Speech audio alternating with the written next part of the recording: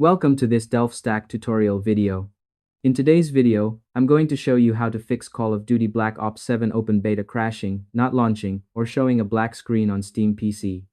Whether you're frustrated because the game won't start, or you simply want to get back into the action without delays, this simple step-by-step guide will walk you through everything you need to know.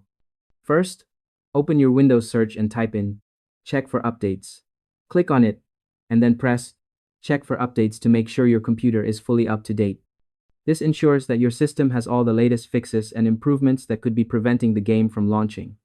Next, change the date and time in search and click on it.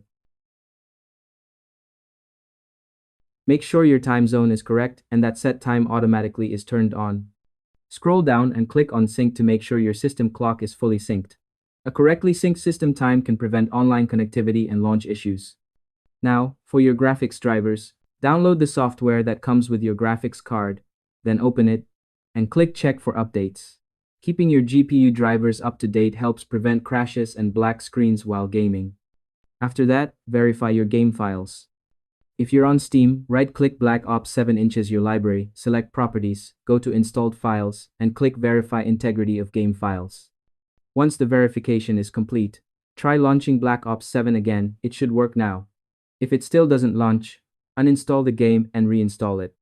Doing this ensures all corrupted files are replaced and your installation is fresh. And that's all there is to it. By following these steps, you'll be able to fix crashing, black screens, and launch issues in Black Ops 7 Open Beta on Steam. Thanks for watching this Delph Stack tutorial video.